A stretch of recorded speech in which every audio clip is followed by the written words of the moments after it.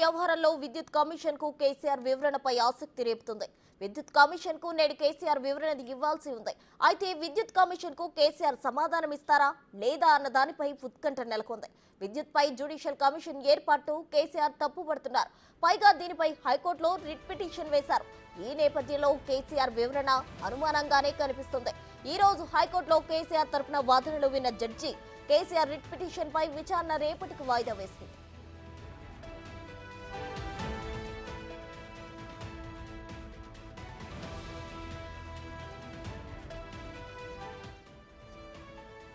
మరిన్ని వివరాలు మా ప్రతినిధి వెంకట్ లైవ్ లో అందిస్తారు. వెంకట్, చెప్పండి. అయితే కేసీఆర్ అయితే హైకోర్టులో రిట్ పిటిషన్ దాఖలు చేయడం జరిగింది. దీనికి సంబంధించి రేపటికి వాయిదా వేయడం జరిగింది. దీనికి సంబంధించిన ఓవరాల్ డీటెయిల్స్ ఏంటి?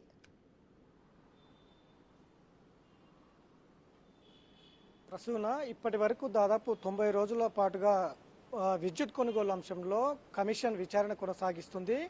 ఇందులో ట్రాన్స్కో, జెన్కో, అట్లనే థర్మల్ ప్రాజెక్ట్స్ యాదాద్రి, ఇటు భద్రాద్రితో పాటు ఛత్తీస్గఢ్లో జరిగినటువంటి విద్యుత్ కొనుగోలు ఒప్పందంలో ఏం జరిగింది అనే దాని మీద ఇప్పటివరకు కమిషన్ విచారణ కొనసాగిస్తుంది. దాదాపుగా కోట్ల రూపాయలు చేతులు మారే అనే అంశంలో ఆరా తీస్తున్నటువంటి నేపథ్యం స్పష్టంగా కనిపిస్తూ ఉంది.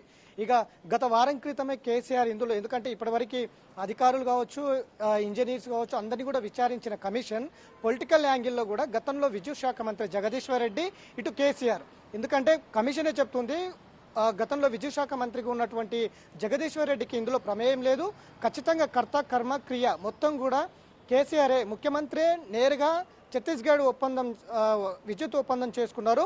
అట్లనే సబ్ క్రిటికల్ యంత్రాలు వాడి భద్రాద్రిలో పవర్ ప్రాజెక్టును నిర్మిస్తున్నారు. అది చాలా వరకు అందులో అవకతవకలు జరిగాయి అనేది స్పష్టంగా అర్థమవుతున్నటువంటి నేపథ్యంలో మరొకసారి గతంలోనే వారం క్రితమే కేసీఆర్కు లేఖ రాసింది కమిషన్. ఆయన కమిషన్ ముందుకు హాజరు కాకుండా దాదాపు 12 పేజీల సుదీర్ఘ లేఖ రాసిండు. అందులో చాలా అంశాలు ఉన్నాయి. గతంలో తెలంగాణ అట్లా ఉంది, చాలా వెనుకాడిపోయింది, మేము వచ్చిన తర్వాతనే అభివృద్ధి చెందింది, విద్యుత్ కొనుగోలు రాష్ట్రంలో మొదటి స్థానాలు ఇచ్చడం, ఇట్లాంటి అంశాలు చాలా ఉన్నాయి. దాంతోపాటు కమిషన్ ఒక ప్రణాళికబద్ధంగా చట్టాలకు విరుద్ధంగా విచారణ కొనసాగిస్తుంది.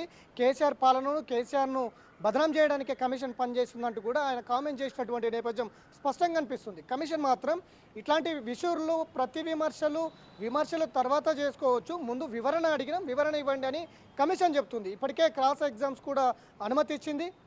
కేసీఆర్ వస్తే అన్ని ఏర్పాట్లు చేస్తాం, హాజరు కావాలి.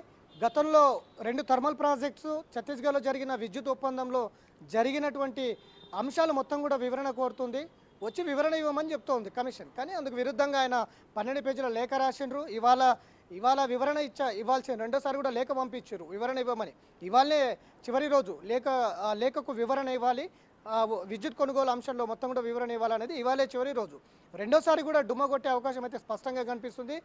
ఇవాళ వివరణ ఇవ్వాల్సి వస్తుందని 2 రోజుల క్రితమే హైకోర్టు మెట్లెక్కారు కేసీఆర్. హైకోర్టులో రిట్ పిటిషన్ వేశారు. 2 కమిషన్లు పవర్ కమిషన్ రద్దు చేయాలి, అది పారదర్శకంగా లేదు, నియమ నిబంధనలకు వ్యతిరేకంగా కమిషన్ నడుస్తూ ఉంది. ఈఆర్సీ ఇచ్చిన తీర్పులపైన కమిషన్ ఎట్లా ఇస్తారు, అనుమతులు లేకుండానే ఈఆర్సీ ఇచ్చిన తీర్పులపైన కమిషన్ వేయకూడదు, అయినా కూడా కమిషన్ వేసి విచారణ చేపడుతున్నారు అనేది ఆయన హైకోర్టులో పిటిషన్ దాఖలు చేశారు. ఇవాళ హైకోర్టు కూడా వాదనలు విన్నది. కేసీఆర్ తరపు న్యాయవాది వాదనలు విన్న తర్వాత రేపు ప్రభుత్వం తరపు నుంచి వాదనలు వినే అవకాశం అయితే స్పష్టంగా కనిపిస్తుంది. ఈ ప్రభుత్వ వాదనలు విన్న తర్వాత కమిషన్ ఏ విధమైనటువంటి డిసిజన్ తీసుకుంటుంది, నిజంగా హైకోర్టు ఏం చెప్తుంది, ఎందుకంటే హైకోర్టు ఇప్పటికే ముటికాయలు వేసింది అనేది కూడా స్పష్టంగా కనిపిస్తూ ఉంది. కమిషన్ వేసింది, కమిషన్ విచారణ సజావుగా సాగుతున్నప్పుడు వివరణ ఇవ్వండి, వివరణ ఇచ్చిన తర్వాత కమిషన్ ఏ నివేదిక ఇస్తుంది, ఆ నివేదిక అసెంబ్లీలో పెట్టి మీరు చర్చించాల్సింది పోయి వివరణ ఎందుకు ఇవ్వట్లేదని కూడా కేసీఆర్ తరపు న్యాయవాదిని హైకోర్టు అడిగినటువంటి నేపథ్యం స్పష్టంగా కనిపిస్తుంది. కాబట్టి హైకోర్టు రేపు ప్రభుత్వ వాదనలు విన్న తర్వాత ఎలాంటి తీర్పు ఇస్తుంది, అప్పుడు కమిషన్ ఏం చెప్తుంది అనేది అయితే ఆసక్తిగా ఉంది. వెంకట్, వివరణ ఇవ్వని పక్షంలో తదుపరి విచారణ ఎలా ఉండబోతుంది? ఖచ్చితంగా కేసీఆర్కి ఇప్పటికే క్రాస్ ఎగ్జామినేషన్ ఇప్పటికే అనుమతి ఇచ్చింది. ఖచ్చితంగా మీరు ఇవ్వండి, ఎందుకంటే ఇందులో చాలా అంశాలు ఉన్నాయి. చాలామంది విచారణ ఎదుర్కొన్నటువంటి అధికారులు కావచ్చు, ఇటు ట్రాన్స్కో జెన్కోకు సంబంధించిన అంశాలు కావచ్చు, అందరూ కూడా విచారణ ఎదుర్కొన్నారు. వాళ్ళందరూ కూడా వారి వారి అభిప్రాయాలు కావచ్చు, గతంలో ఏం జరిగిందని ఇప్పటికే చెప్పినటువంటి నేపథ్యం ఉంది. గతంలో 2014 కంటే ముందు ఛత్తీస్గఢ్ ఒప్పందంలో అక్కడ లేనటువంటి కంపెనీతో మీరు ఎందుకు ఒప్పందం చేసుకున్నారు? 2018లో విద్యుత్ శాఖ మంత్రికి అట్లనే చీఫ్ సెక్రటరీ సంబంధం లేకుండా నేరుగా మీరు ఎట్లా వెళ్ళారు? సబ్ క్రిటికల్ యంత్రాలు భద్రాద్రి థర్మల్ ప్రాజెక్టులు ఎందుకు వాడుతున్నారు? కోలుకు సంబంధించి అంటే బొగ్గు ఫ్యాక్టరీలకు అంటే బొగ్గుకు సంబంధించిన రామగుండం దగ్గర ఉన్నటువంటి బొగ్గు ఉత్పత్తి రామగుండము అటువైపు ఉత్పత్తి అవుతుంది, వాటికి దూరంగా యాదాద్రి థర్మల్ ప్రాజెక్టు ఎందుకు నిర్మించాల్సి వచ్చింది అనే అంశాలు చాలా అంశాలు కమిషన్ ప్రశ్నిస్తుంది. కాబట్టి ఇప్పుడు ఇలాంటి అంశాలపైన వివరణ ఇవ్వాలనేది కమిషన్ చెప్తా ఉంది. కానీ ఆయన ఇప్పటికే 12 పేజీలు లేఖ రాసిండ్రు కాబట్టి రెండోసారి కూడా లేఖ ఇచ్చారు, నోటీసులు ఇచ్చారు. కానీ ఇవాళ కూడా వచ్చే అవకాశాలు కనిపిస్తలేవు. ఎందుకంటే ఇప్పటికే హైకోర్టులో దీనికి సంబంధించిన అంశం హైకోర్టులో నడుస్తుంది కాబట్టి ఇప్పటికే కేసీఆర్ తరఫున న్యాయవాది వాదనలు విన్నారు, రేపు ప్రభుత్వ తరఫు నుంచి వాదనలు వింటుంది. ఆ తర్వాత ఫర్దర్ హైకోర్టు ఏం చెప్తుంది అనేది అయితే దాని ప్రకారం కమిషన్ ఏ విధమైన నిర్ణయం తీసుకుంటుంది. ఒకవేళ ఇక్కడికి వస్తే అన్ని ఏర్పాట్లు చేస్తామని కమిషన్ చెప్తూ ఉంది. లేదు మమ్మల్ని అక్కడికి రమ్మంటారా అంటే కూడా కమిషన్ రెడీగా ఉంది అక్కడికి వెళ్ళడానికి, కేసీఆర్ని అభిప్రాయం సేకరించడానికి. తర్వాత విద్యుత్ శాఖ మంత్రి తీసుకుంటారా లేదంటే ఆ తర్వాత ఏం జరిగింది అనేది అయితే ఒక స్పష్టత అయితే వచ్చే అవకాశం ఉంది. ఎందుకంటే ఇప్పటికే కమిషన్ ముందుకు కేసీఆర్ ఎందుకు రావట్లేదు అనేది ఇప్పుడు కమిషనే కాదు యావత్ రాష్ట్ర ప్రజలు కూడా ఎదురు చూస్తున్నారు. నిజంగా విద్యుత్ కొనుగోలు అంశంలో అవకతవకలు జరిగాయా, ఎన్ని కోట్లు అవకతవకలు జరిగాయి? ఎందుకంటే ఇప్పటికే చాలా మనం చూస్తున్నాం, లిక్కర్ స్కామ్ కావచ్చు, గొర్రెల స్కామ్ కావచ్చు, కాళేశ్వరం కావచ్చు, ఇట్లా చెప్పుకుంటూ పోతే చాలా అంశాలు, మిషన్ భగీరథ, మిషన్ కాకతీయ, విద్యుత్, హెల్త్, ఇట్లా కేసీఆర్ ప్రవేశపెట్టిన ప్రతి అంశంలో కూడా అవకతవకలు జరిగాయి అనేది స్పష్టంగా తెలుస్తున్నటువంటి నేపథ్యం కనిపిస్తూ ఉంది. కొన్నిటిపైన కూడా దాని మీద విచారణలు కొనసాగుతూ ఉన్నాయి. ఇప్పుడు కేసీఆర్ ఎందుకు రావట్లేదు, తప్పు జరిగింది కాబట్టి కమిషన్ ముందుకు రావట్లేదు అనేది కూడా యావత్ తెలంగాణ సమాజం చూస్తున్నటువంటి నేపథ్యం ఉంది. నిజంగా ఒప్పందంలో అవకతవకలు జరిగినప్పుడు కమిషన్ ముందుకు రావాల్సింది ఉంది, కానీ ఎందుకు రావట్లేదు అనేది ఇప్పుడు ప్రశ్నార్థకంగా ఉంది. Thank you Venkat.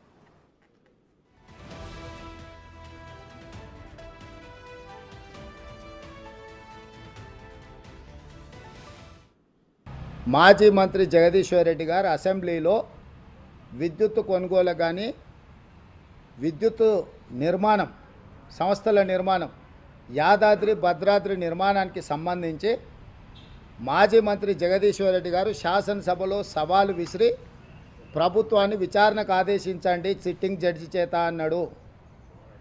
మేము తెలంగాణ రాష్ట్ర ప్రధాన న్యాయమూర్తిని సిట్టింగ్ జడ్జిని కేటాయించమంటే సిట్టింగ్ జడ్జిలను కేటాయించే పరిస్థితి లేదు, రిటైర్డ్ జడ్జిలతో మీరు వేసుకోవచ్చు అని అనుమతి ఇచ్చారు. రిటైర్డ్ జడ్జిలతో మేము ఇచ్చినాము.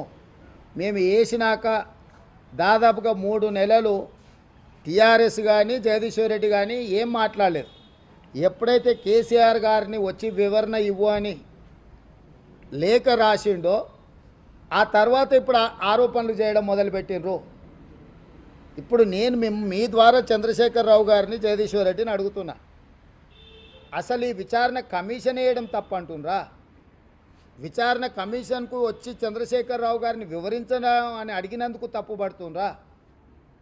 లేకపోతే జస్టిస్ నరసింహారెడ్డి గారు దీనికి బాధ్యత వహిస్తున్నారు అనే దాన్ని తప్పుపడుతుండ్రా? వాళ్ళ మాటల్లోనే వ్యత్యాసం ఉన్నది, వాళ్ళకే సమన్వయం లేదు. వాళ్ళు దేనికోసం కొట్లాడుతున్నారో ఏం మాట్లాడుతున్నారో వాళ్ళకే తెలవడం లేదు. ఇప్పుడు మేము వేయలే, వాళ్ళు అడిగి వేయించుకున్నారు. వాళ్ళు డిమాండ్ చేస్తే మేము వేసినాం. ఇప్పుడు నిజంగానే ఒక ఆయన శ్రీరామచంద్రుడు ఇంకొక ఆయన సత్యహరిచంద్రుడు అని నిరూపించుకోవడానికి అవకాశం వచ్చింది. నిరూపించుకుంటే అయిపోయాయి కదా, దీనికి ఇంత రాద్ధాంతం ఎందుకు? ఇప్పుడు జస్టిస్ నరసింహారెడ్డి గారు లోపాలేమని ఉంటే కేసీఆర్ గారు అక్కడికి వెళ్ళి అద్భుతమైన వాదనని వినిపించుకునే అవకాశం వచ్చింది. తెలంగాణ సమాజం కావాలంటే ఒకవేళ మిమ్మల్ని అందరిని రిక్వెస్ట్ చేస్తా, లైవ్ పెట్టారు. నరసింహారెడ్డి గారు విచారణ కమిషన్ ముందు వెళ్ళి చంద్రశేఖరరావు గారు తన అనుభవాన్ని అద్భుతమైన వాదాపటిమను వారి ముందు ప్రదర్శిస్తే అవన్నీ టెలికాస్ట్ చేయండి, ప్రజలకు చూపించండి, తప్పేముంది? దానికి ప్రభుత్వం వైపు నుంచి ఏమన్నా చెప్పేది ఉంటే మేము కూడా రిక్వెస్ట్ చేస్తాం కమిషన్ని. వారు వచ్చి వివరణ లైవ్ టెలికాస్ట్కి అనుమతి ఇవ్వడానికి కమిషన్ని ప్రభుత్వం కూడా